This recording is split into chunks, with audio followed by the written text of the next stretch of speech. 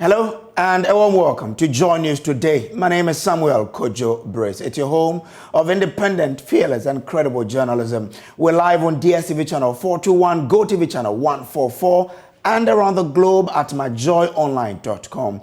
Coming up, and there's our ECG disconnect power supply to Old Nuaso in the Manya Krobo municipality after first day of installation of prepaid meters was marred by violence. We have details as a former Deputy Interior Minister questions continuous use of military team for the exercise, insisting it is worsening the situation. I came close to death. Founder of United Progressive Party, Kwesi Adai Odike, says as police in Kumasi launch investigations into shooting incident at his office. And what they were saying was that, Odike, where are you? Where are you? We will kill you. We will kill you. But a guy came from town and prompted me that he has been hinted that tax from Ensha is preparing to come and attack. Also, 5 suspected illegal miners operating in the Bosomchi Range Reserve in the Ashanti region arrested. I think this place is very endemic with illegal activities. The forest reserves are no-go areas for illegal mining activities. They are red zones. And so anybody caught or found doing this, we are going to make sure that we follow it to the letter to get them prosecuted. We have business, showbiz, and sports all in this package. Stay with us for details. Now, this afternoon, part of Manya Krobo municipality is without electricity following yesterday's clash between resident and a military task force assisting the ECG to install meters. Power has been disconnected. The running battle between the power distributor and resident continue as some are resisting the installation of the meters. A crack team of military engineers yesterday joined the ECG team to begin the exercise again, but this turned violent. Here are some of the residents recounting the incident.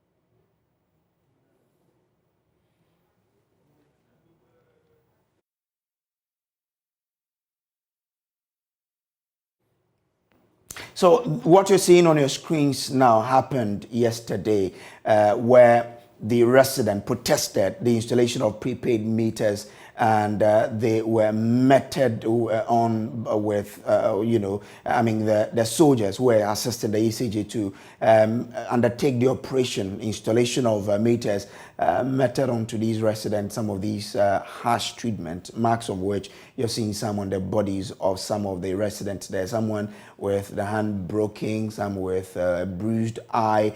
I mean, these were the result of some residents resisting the installation of prepaid meters. But this whole, thing came into being when the resident of the two municipalities agreed with the ECG to install power and to undertake the process of installation of prepaid meters for them. But our reporter has been there and he's been engaging the resident to understand what exactly necessitated this whole harsh treatment. We'll be hearing from the resident very, very shortly. But former Deputy Interior Minister James Agalga believes the involvement of the military is worsening the situation.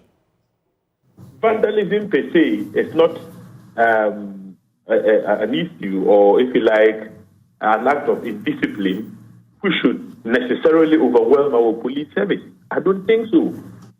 Oftentimes what we see as an attempt by the state to use the military to intimidate, to harass, to use brute force to contain such situations.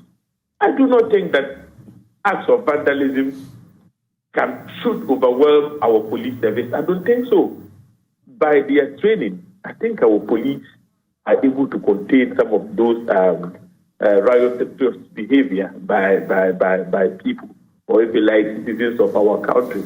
we are too quick to deploy the military, and I must confess that the military itself is not happy with that development. At the least provocation, we are quick to call in the military. Even when the police themselves are able to deal with the situation, we bypass the police and bring in the military.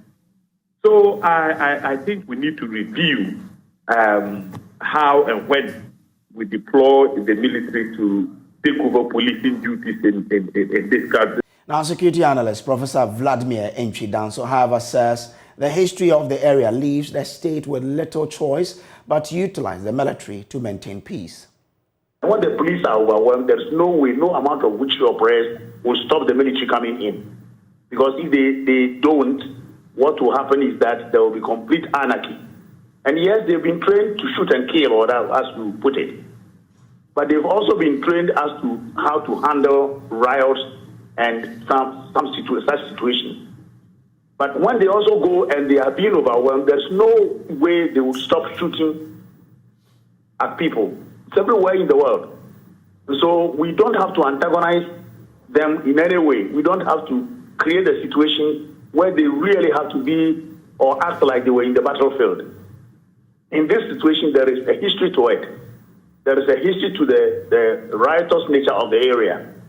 And if the police will not be ready or are not equipped enough to bring about sanity, it is only the military that can bring about the sanity.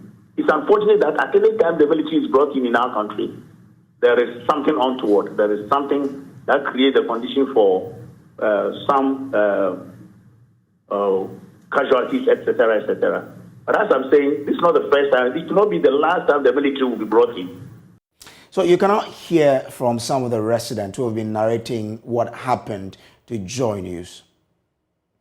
We were here where the police, the soldiers, they came. They came and attacked we to give us prepaid. But we didn't thought that we would take their prepaid. Me, I don't know what they are doing, sir. I'm from Bush. I go and cut firewood. So after we from the place where we go and drop the firewood, as we are coming and we meet the soldier men, and they take me by force and start to beat me rough. I don't understand. I don't know what I do them before they start to beat me. They beat me up. See, this is a catapult. This catapult. I don't know why they beat me just like that. Oh, they shoot me seriously. I don't know what happened before they are doing that thing. As I said, everyone, if you are coming to do something, you don't know what is happening for some time now. You have to inform me that, Honorable, we are coming to the ground. Inform maybe your chief, your community people, or something, the unit committee. Then we see the way forward. But no, just sometimes you are in town because you have the power, you have the soldiers, you have this thing, so you are coming to brutalize my people in my community. That is not right. I'm not happy about what happened. Look at pregnant women, people that are coming from farm and things. Innocent people. What is happening? What is happening in my community in Ghana? No, there's no way. The big men have to come out and talk to their people that they are going too much. They are going too much. We have a resting place. We sat there. What we saw that is the military men came to us. They didn't ask anybody question. They started beating us. They didn't inform us. What we see that the military men came to us. And they have gone back. They also came back again. So if anybody who they saw you roaming about, it means that you are their enemy. They started just beating us. They come and beat me. When they came, I was prepared food in the kitchen. They said I should enter the room, and I said I'm cooking, so I don't know. I will not go there. The moment I said I will not go there, when they take the thing, they start beating. Now, Kofi Sian is our Eastern Regional Correspondent, and he joins us with more. Kofi, we understand Old Nuaso is without light, but the installation continues today. What's the latest? Hello? Kofi, if you can hear me, we understand that Old Nuaso is without light as we speak, but installation continues today. What's the latest? Well, that is true. The Electricity Company of Ghana officials disconnected power to Old Nuaso. It is not the whole of the Noasu community, but just a part of the Noasu community. That place is called Old Noasu. That is where the tussle with the ECG officials occurred yesterday, and they believe that until the residents allow them to install the prepaid meters, they're not going to restore power to the areas. That is according to the PRO of the Electric Company of Ghana in the Tamar region, Pechiwa Mensa, and she says that this very place is the actual place they had resistance the first time they went there to install prepaid meters. That led to the cut-off of power from the two municipalities, that is Ilo and Menyakrobo, for about 3 weeks. So until the people allow them to, install the prepaid meters in the community, they are not going to sleep in light till they allow it. So that is the latest from the community. Listening to the community members, you get the impression as though the soldier just came there to punish them. What did the ECG tell you exactly? What's the case that happened? What they are saying is that when they went there, they did not allow them to install the prepaid. Some of them met them with machetes. Others also attempted to pour hot oil on them. That is a claim by the ECG officials who went there. I cannot independently substantiate that. So it is because of that the soldiers also had to retaliate and ensure that their lives that were in danger were protected. So in the process, they had to unleash brutalities on some of the people who had wanted to attack the officials who had gone there to install the prepaid meters. Interesting. Thank you very much for the updates there. Now, you're welcome. Police have commenced investigations into alleged attack of the office of the founder and leader of the United Progressive Party, Akwesi Adai Odike, by armed men at Patase in Kumasi. The investigators cordoned the crime scene immediately to pick some evidence of the crime. The incident left one person injured when hit with the butt of a gun as cars parked in front of the office were vandalized. The gunmen allegedly rushed to the office at about 4:30 p.m. on Monday, shooting randomly. Nane Aljima visited the scene and has filed this report. Glass doors in front of Odike's office are shattered. Vehicles owned by some UPP members had their windscreens and windows smashed with bullet holes visible in their doors. The gunmen, numbering 4, arrived in 2 taxis, calling out Mr. Akwesi Adai to face them. And what they were saying was that, Odike, where are you? Where are you? We will kill you. We will kill you. Odike says he had to step into a hideout. But a guy came from town and prompted me that he has been hinted that tax from Ensha is preparing to come and attack me. So I should not move. So whilst we were contemplating on how we can invite police, I was about to step out. I saw the tax through the glasses. I quickly jumped into my office, a corridor, a hiding place for a hideout. And we were in about 10 in number. And they started bullying them and started shooting indiscriminately. And what they were saying was that, Odike, where are you? Where are you? We will kill you. You are bringing the name of the king into disrepute. We will kill you. So I was there quietly. And when they were looking around, they couldn't find me. So they came out thinking that I may be in one of these shops. Amidst gunshots, Samuel Efriye, who was at the office, attempted to struggle with one of them. He was hit with the butt of the gun. I attempted to stop one from coming in by holding the door. He broke the glass door with the gun, then came my way to hit me with the butt of the gun. the bomb has say. The motive for Monday's attack is unknown, but the businessman turned politician recently incurred the wrath of Menchia Palace in Kumasi for his comments on the role of chiefs in illegal mining. Speaking on a Kumasi-based radio station, Mr. Akwesiade unequivocally criticized chiefs for failing to help end Galamsey menace. He charged the youth to rise up and demonstrate against chiefs if they fail to come clear on their roles in illegal mining. The traditional authority has since performed some rites, banishing Odike from the palace. Mr. Akwesiade links the attack on his office to the recent happenings. Mr. Akwesiade says he is on a path to speak truth to power. Though shocked at the attack, he is unfazed. He has refused to render an apology to the Menchia Palace. People who are after my life, how can I apologize to them? They want to kill me. So why do I go before my knees and beg them? That portion is past and gone. No reconciliation. The battle line has been drawn. I have to take good care of myself and see how the police will assist me in terms of security. Some persons who saw the incident unfold here at Patase are still traumatized. Mr. Odike and party members who were within the party office at the time of the incident are now recovering from the shock.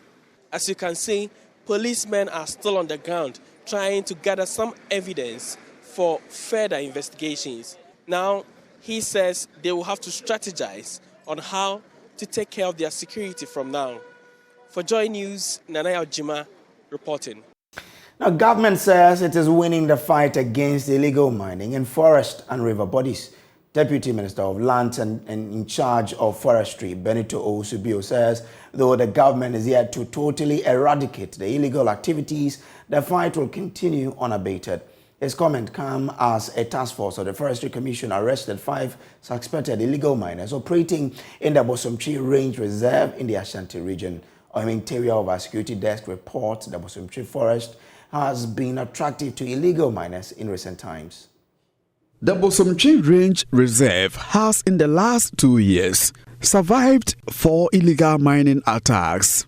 With the help of 3 excavators, the illegal miners destroyed part of the forest reserve in less than 48 hours after gaining access. Land close to the size of 2 football pitches has been destroyed and the forest cover removed by illegal miners who are bent on getting the precious mineral. A task force of the Forestry Commission swooped on the illegal miners while they were preparing a heap of sand believed to be rich in gold ore for washing. Benito Owusu-Bio is the Deputy Minister of Lands in charge of forestry. This is the 3rd time I'm coming to actually this spot, and I think this place is very endemic with illegal activities.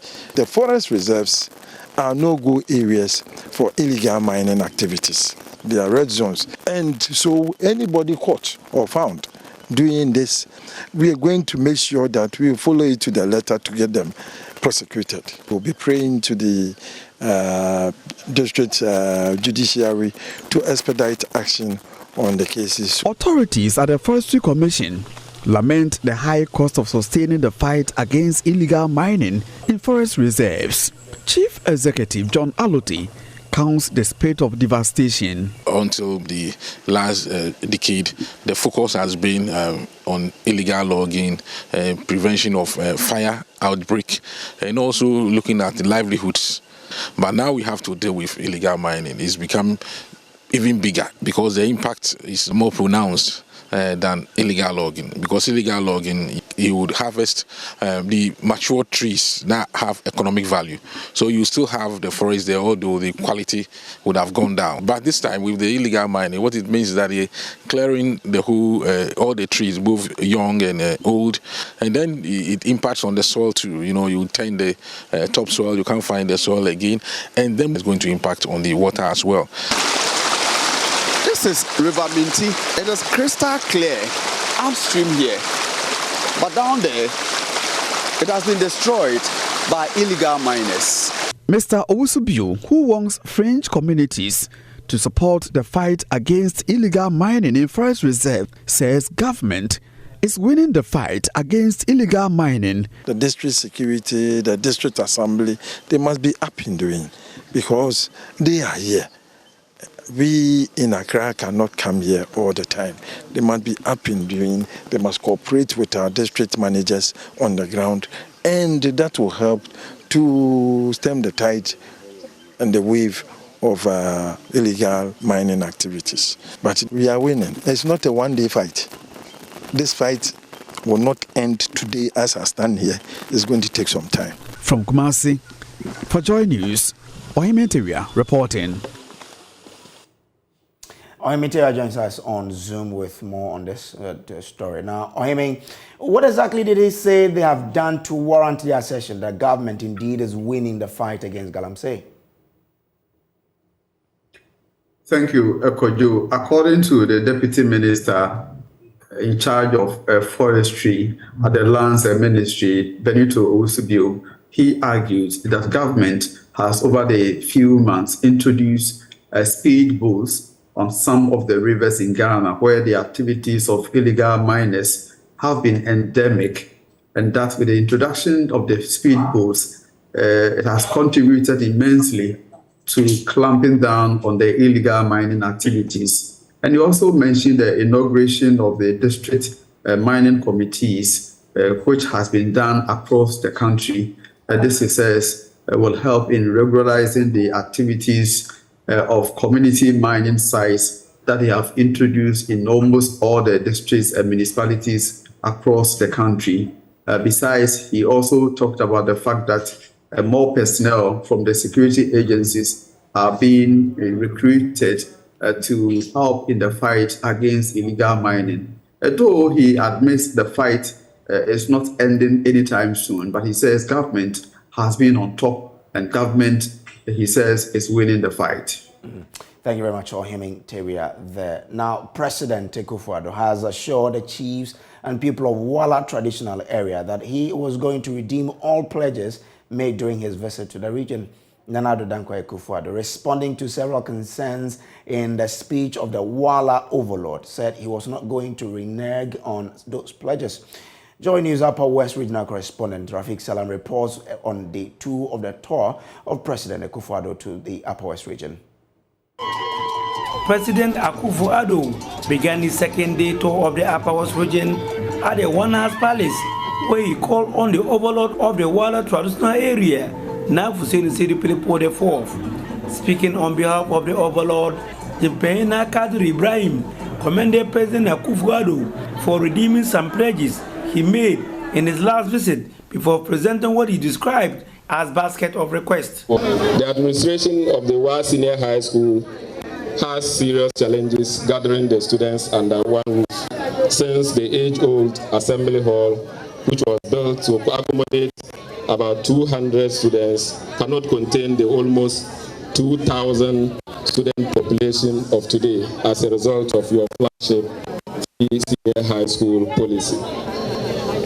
We will appreciate your immediate intervention on the above cases for us. President Akufo-Addo pledged to fix all concerns raised in the One House basket of requests. The administration block and accommodation for the expanded population of Wa Senior High School. So I want to assure you through your spokesperson that the basket of requests are all going to be dealt with. He then headed to the BK Adama Multipurpose Youth Resource Center to inspect ongoing works at the site. Work rate according to consultants for the project on the first phase is 98% complete, whilst the second phase is about 30% complete. The project being executed by Apke Enterprise Limited is expected to be fully completed before the end of the year. President Akufo-Addo was impressed with the performance of the contractor. 98. The first phase is 90%. 98? Yes, sir. So that's virtually complete. Yes, but the second phase is 30%. And the second phase will be over when? 18%. This year? Yes, sir. So when I come here next year, everything will be? Yes, sir. Excellent. All right. Thank you very much. And thank you for that assurance. He then rolled out of town and headed to Lamuse, where he called on the Lamuse Koro Isa Kazenga Kazier II. So let's touch base with Rafiq Salam for an update on the president's tour so far. Rafiq, what's been happening since we spoke in the morning? Okay. Hello. Yeah, Rafiq, run us through what has been happening from the morning till this time. The president is currently at Isa, where he's inspecting ongoing work at the Agenda 111 hospital. And so it's about finishing there. But earlier, I had a day where he met the chiefs and people of the Isa Transfer area. The message for President Akufo-Addo has been that the people of the Isa constituency has been voting on several occasions against the MPP. But for him, he has a soft heart for the people, and that's definitely what he's doing for the people. So he's saying that he's not perturbed about what is happening, but he will continue to do good things for the party. But he's hoping that the Fremont-Bure Isa constituency will lead a crusade in the change agenda that he's seeking for. All right. From where he is now, where will be the next step? From Isa, we are heading to Keleo, where he's expected to commission the Keleo solar project. And you know, these are two projects that were started about 3 years ago by the government. So, and the other one is also at Laura. And so once he did this one, it's going to be simultaneous.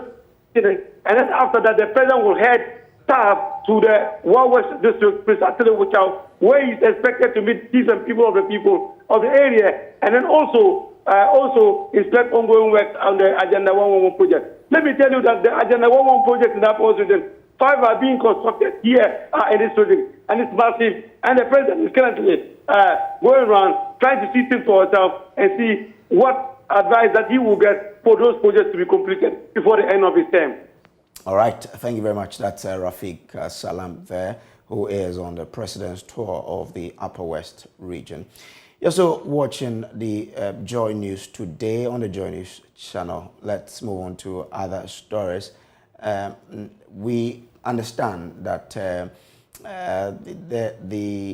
has been some constructions there, but from the president's tour, let's move on and talk about the vice president, because the vice president, Dr. Mahamudu Bawumia, says that there won't be any job losses with regards to IT development in Ghana. But let's return. Let's stay on this story. Dr. Bawumia says claims by a section of the public that automation and digitalization will create an undesirable era of joblessness where robots will replace manpower demands of industry is a wrong assertion. Conservatives have over the years argued that advancement in technology and widespread deployment of robots would put a chunk of the useful working population out of work. But speaking at the inauguration of Academic City University College in Accra, the Vice President said studies have shown that the argument is unfounded. There's more in the following report.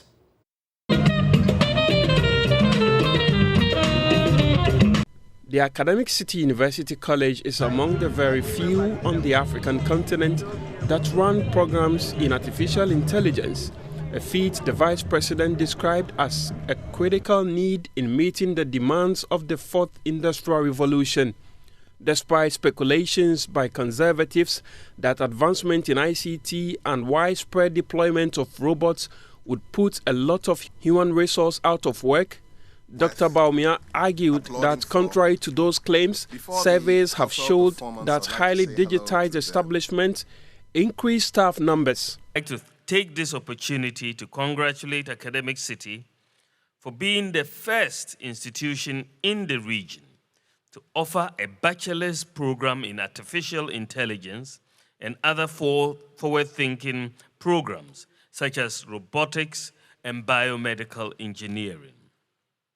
There is always the public argument that automation and digitalization might result in a jobless future as more robots replace the manpower demands of companies. However, recent studies have shown that this argument is quite unfounded. For example, 2019 studies by Eurofound in Europe found that highly digitalized establishments with high use of robots and other digital technology increased their staff numbers in the 3 years preceding the survey, compared with establishments with limited digitalization. Founding president of Academic City University College, Professor Fred Magbagonluri, says the institution is focused on tackling complex and teething problems confronting the country and the world.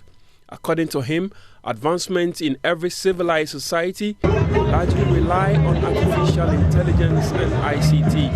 Our vision is to become a world-class center for learning, innovation, education, and entrepreneurship, where future leaders are nurtured for global leadership and national development. We will realize this by creating an enabling environment that deploys modalities around critical thinking, creativity, and innovation. Let's take you back to Kumasi and get there. Nana Ojima is joining us on Zoom. Nana, what more have you gathered on this particular development? So far is that an official complaint yesterday was filed at the police station, that's the Kumasi Central Police Station. Now, Mr. Odike is now requesting that police gives him some protection to enable him to go about his normal duty. But presently, the information we've been able to gather is that he has curtailed his daily activities to ensure that he is safe, that's for fear of his life, and also that of other party members or people who are very close to him. Now they are all afraid for their lives. What they want is that the police gives them some level of protection to enable them to go about their normal duties. Have you been able to get in contact with Odike himself, and what is present condition? Yes, I've been able to find a way of speaking to Mr. Odike this morning. And he says he's well, but he's still living in fear. He still has some fear within because what happened yesterday in the afternoon, and with him also witnessing it was something that he wouldn't want to see again, and something that he wouldn't want it happen again. That's why he's presently in hiding. Any update on the investigations? So far, we've not been able to speak officially to the police. But what I know is that yesterday investigation started immediately after the incident. Police were at the scene to pick some leads to the people who perpetrated such a crime. So police are still on the issue, but unfortunately we are unable to speak to them, or they've not been able to grant us interview on the present state of the investigation. All right, thank you very much. Nana Ojima is our colleague in Kumasi. We'll take a quick break. When we return, we have latest from the world of business for you here on the Joy News Today. Stay with us. Hello, good afternoon. My name is Beverly Broom. It's time to do business. Now, government has signed a $3.2 billion agreement with South African firm Thelo DB to upgrade infrastructure on the Western Rail Line to ease transport of mineral resources. This will be one of the biggest investments in the country's railway master plan, which is in its first phase of implementation. Now, speaking at a short ceremony to sign the agreement, Minister for Railways Development, John Peter Mewu, assured that the project will help reduce the cost of transporting goods along the corridor, as well as reducing traffic pressures on the road. The neglect of the Western Railway line has left many roads in the region deteriorated due to the frequent haulage of natural resources from the region to other parts of the country and the ports. Under the agreement, Ghana Railway Company will act as rail operator and Thelo DB Consortium will play the role of rail manager with the Afrexim Bank as financier. Minister of Railways Development John Peter Mewu explains the reason behind the deal. Agreement, it's the combination of the entire line. The rationale for this is that give money to manage the cash flows to pay back for the invested amount of money. And that is where Thelo DB is coming in for the management. So the management, it's going to be the whole line. It's going to be an integrated management of the railway sector within the Western Corridor. So they're going to manage the Western Corridor in collaboration with Ghana Railway Company, who are the asset owners. So this is what coming in as the rail manager, while we have the rail operator as the Ghana Railway Company Limited. Thank you very much. Thank you. Chairman of Thelo DB, Ronnie Intilu, believes the project will be a key infrastructure for the implementation of the African Continental Free Trade Agreement. As you will be aware, this project comes at a time of heightened global economic trade tensions, leading to growing demand for African minerals and agricultural commodities. Along with the ambition for implementation of the Africa Continental Free Trade Area Agreement, the continent's demographics and the glaring need for industrialization highlight the urgent need for infrastructure development, the need for effective transportation systems, and considering our large landmass, railways. President of the Afrexim Bank, Professor Benedict Orama, applauded the government for taking such a bold initiative despite the harsh economic environment. Given the challenges that the Ghanaian and many African economies are contending with, a weak politician will have delayed this project just on the basis of political calculation, even when it adds no new debt to Ghana. President Akufo-Addo is, of course, no ordinary politician, and that is why we are here today. And I say congratulations. We also thank you for helping to strengthen the bank, making it possible for it to support projects of this nature.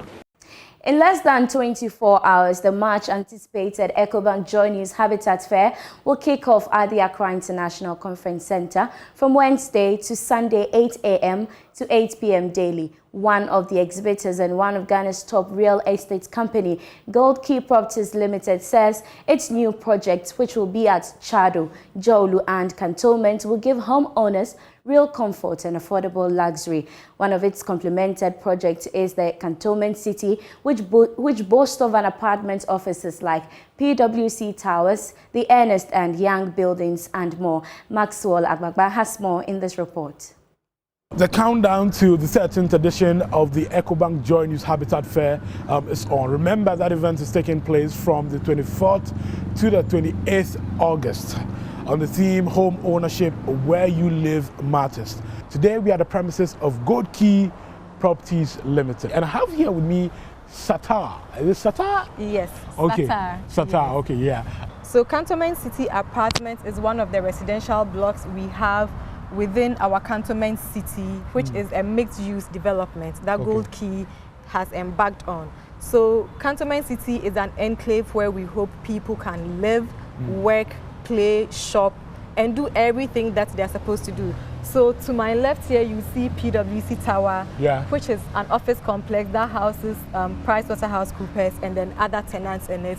In the enclave, we also have EY building as the space for Ernst & Young, and then we also have Huawei building and Vivo building.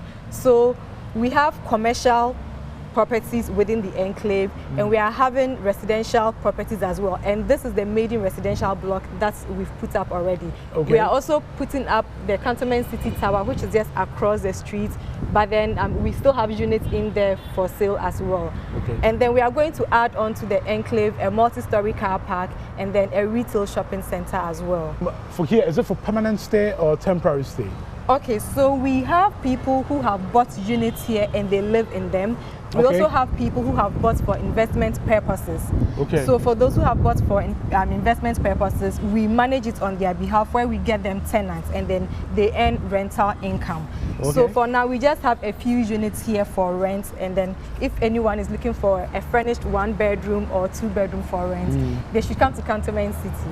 Okay, so let's say I've traveled from outside Ghana. I need a place to stay for like 1 month, 2 months, 3 months. I can come here. Do you have space? Yes, so you can actually call on us. So what we do is we offer both the short let and then the long tail rentals. And that's business. We have sports next. Muftau Nabila Abdullah here with the sports on Joy News today. President of the Ghana Football Association, Kurt Okreku, is confident an African country can win this year's FIFA World Cup to be staged in Qatar. Mr. Okreku, who hosted Samuel Eto'o, an ambassador for the Mundial and who doubles as president of the Cameroon Football Federation, said the best players in the world are from Africa and called on the qualified countries to be ambassadors of the continent. Great Olympics new signing Emmanuel Ajimambedo says he had offers from Europe before joining the Wonder Club. Speaking to Joy Sports, the former Black Stars midfielder revealed the offers were not good enough, hence his decision to return to the Ghana Premier League. When I came back from China in February, after my 6 months there with Qingdao FC, obviously the transfer window was closed in January, so I needed to stay home for like 3-4 months to wait for this transfer window to open. And I was looking for options in Europe. Seriously speaking, I have two solid offers that they brought to me, but considering some things in the contract, I don't think it was favorable for me. And I can't wait as well that, okay, maybe another offer will come. Yeah. It's better that I join a club, work for my ITC so that I can be very fit, and training alone and training with a club is always different. Yeah. So, okay, I was there and I have a call from Olympics. And I said, okay, let me just think about it. I sat down with my team, we thought about it, and it was a good opportunity for me not to stay at home to be rusty, at least to keep me going, to see young chaps doing wonderful work like this so that we can help them to grow together. So the first call came around February. Wow. So we were having the negotiations, and I given an option that if I didn't go out, I would play for them. And let me state it here, that the only club that called me in Ghana was Olympics.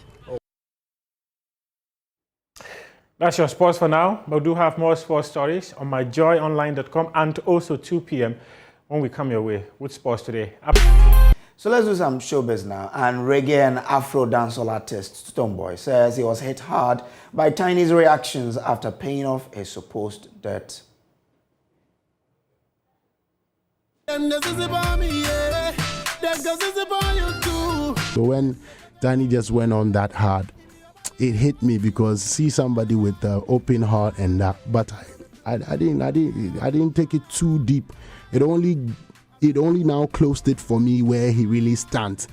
This guy didn't even take time to check it, and you could have called me before. You could have get that. No, like, bro, I was just walking and I saw something I could deal with and I dealt with it. And even so, I had to thank the guy. I'm like, you could have chosen not to accept. Big respect to Tiny. Whatever made him say that, I think his reason that he added to the interview at the time that I didn't call him before or after, I think is flawed. It doesn't warrant for you to, squeeze me in such a manner to insult my intelligence when I think that we owe you guys the respect at least. Because you still be my numero uno. However, Stonebwoy, who is back to the motherland after a month of touring Europe with his single Therapy, has been recounting his experiences. You see, I like the technical aspect of it. It's not child's play to go on the road with the band, so full band. With full band. So, it sometimes when I just flow, I can't really talk too much about these things. It's really important for us to know that going on the road with a band is the levels to be at as a growing artist. You can't go and be doing the DJ, you know what I mean? Like, it's not really standard. It's not really standard. It's not standard. It's not about Enchiba. It's not the highest standard. That don't work. It's openness and a few ones that, cause sometimes you compromise, you do 1, 2, but the levels is to go out there with a full band, and then, but behind the scenes of that takes a lot of investment, a lot of money. So when you see me, particularly running Europe with a band, respect it. There are certain incidences you would have a carpet band, but honestly, all the shows that I've been kicking, everybody comes to their band. So if you are hiring a band to work with, I'm not saying give me the actual amount. Which range are we talking about? Oh, definitely you pay. As for that one, there's definitely payments. I can't really state because it will be in ranges. Yeah, that's what I'm saying. Yeah, so what's the range? So we're looking at what? So what to establish is the fee. Yeah. Because you're talking about if it's a 5-band piece, if it's a 7-band piece, the numbers would increase. It's expensive, to be honest. It's not cheap. It's not cheap to hire a band or music service abroad is not cheap. You know what I mean? So, yeah, man. Blast it up. Full fire man a blaze. Make them know say me still a give Jaja praise. In the little time me get the thanks and praise. And you know say Jah alone fi give me length of days. Yaga yo, it FM 103.9. Tell them say everything that me have and is mine. That's Stoneboy there, and that's how we wrap up the bulletin for you for today. There's more news on myjoyonline.com. My name is Samuel Kojo Brace. Up next is Marketplace with Daryl Cole. Have a great afternoon.